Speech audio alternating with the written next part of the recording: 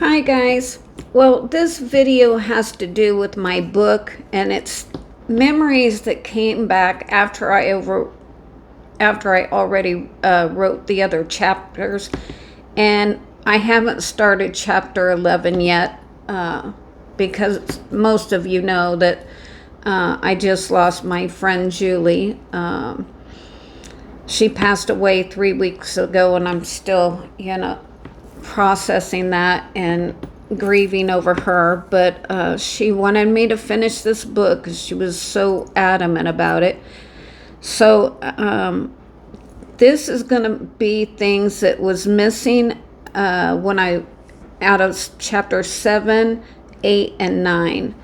So chapter 7, we had a TV show, so my stepdad, had connections to meeting famous people, and I've met a lot of famous people.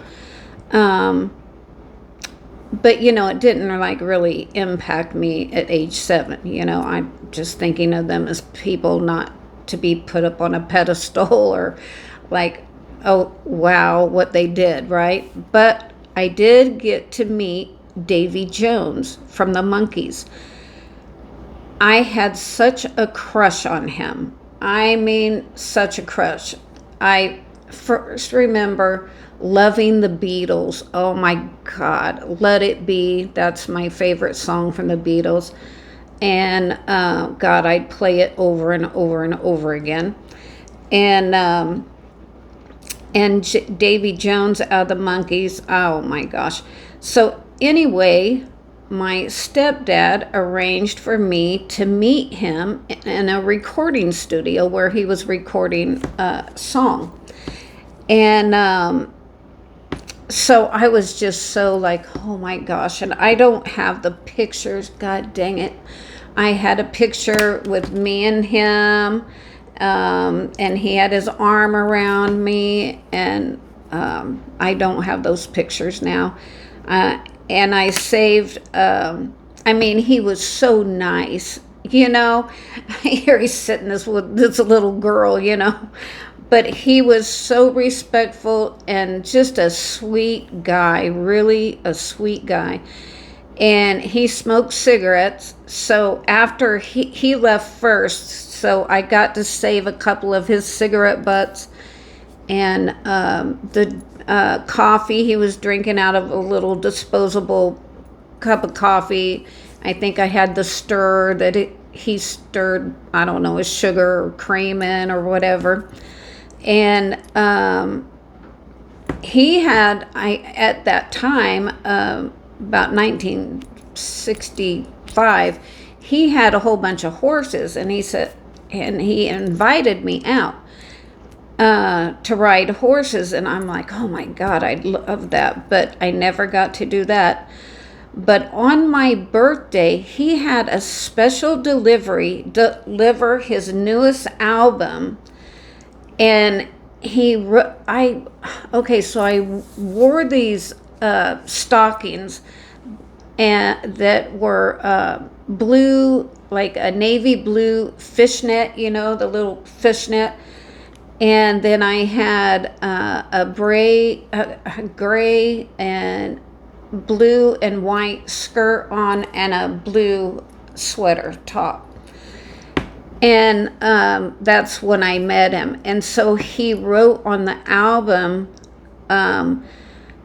to the girl with the crazy stockings, because they were brand new out. And then they got popular really fast. But I got one of the first fishnet stockings, and I don't think he'd seen them yet. So he was intrigued with the stockings. And then he sent me something else. I don't remember what it was. I don't remember what it was, but I think there was something else in the package. But anyway, it was really exciting. And so I want to add that to chapter 7. And then when I was 8 years old, and that was when my sister was born, Um, my mom, as soon as she was old enough to eat cheese, my mom would give her cheese every day, like three American cheese slices every day. And so my sister was constantly constipated. And it took me years to figure out, and my mom always used to say, oh, uh, she loves cheese. She loves cheese. Well, she did love cheese. She would eat anything. She did love cheese. But she did it so her diaper wouldn't be messy. So if a baby is constipated, it just comes out in little round balls that look like milk duds. But it was very hard for her. She would be straining like every day to, go potty. And I just feel like that was really evil of my mom to do that to her. But I didn't realize at the time what was going on. I'd never had a baby sister, or, I'd never been around babies. So I just didn't know what was going on until later in life. And then, okay, so that'll be added to chapter 8. And then when I was 9, when we moved back to Wichita, my mom got divorced. This will be added to chapter 9. So we went back to Wichita, and I got enrolled in school, but I had not been to school. I mean, we only went to school a few days out of the year. The whole time I was growing up until age 9. So I didn't know shit from Shiola. I didn't know anything about math or science or history or any of it. I didn't know anything. So when I was supposed to be in 5th grade, but I got held back because my teacher just thought I was stupid. But she didn't know that I had never been to school. And I wish I would have been, aware enough to tell her that. But anyway, I got held back in 4th grade, and I hated that teacher. She was so mean, and she thought I was stupid as well. But anyway, I had to work my butt off in school to get caught up with the rest of the kids. It was horrible. It was like from kindergarten to 5th grade. I didn't have any education, and so that was really bad and hard on me, trying to get caught up in school. And I ended up graduating high school. I only had to work or go to school half a day. So I got caught up and even surpassed my classmates, but I had to work really hard at it. Okay, so then this will also, the next 2 stories will be in chapter 9. So I got, was so like distraught over school and how hard I was working. And I grew up really fast because I raised my sister, and, diapers, bottles, everything. I pretty much raised her. She was more with me than ever she was with my mom. And, but anyway, I was pretty traumatized by that time from the child abuse and everything. And I started hanging out with friends that were age 15 to 19. But I was only 9. And but I could keep up with their conversations because I would always talk to adults and stuff like that, you know. And one day, my best friend, she was 15, and she said, "Do you want to do some acid?" And I'm like, sure. I didn't have a clue of what acid was. I didn't know anything about drugs. So she had her 18 and 19-year-old friend come over, and we hung out.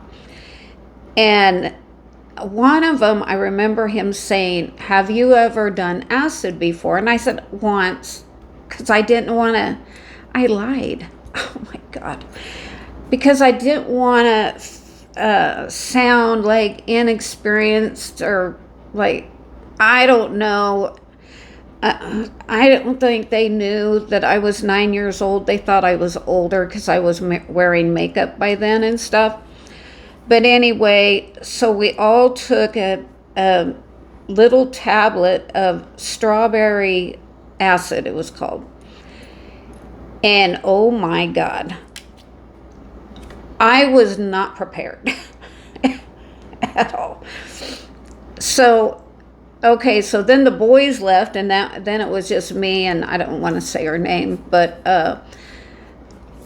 she's got a family now, and her kids don't know that she ever,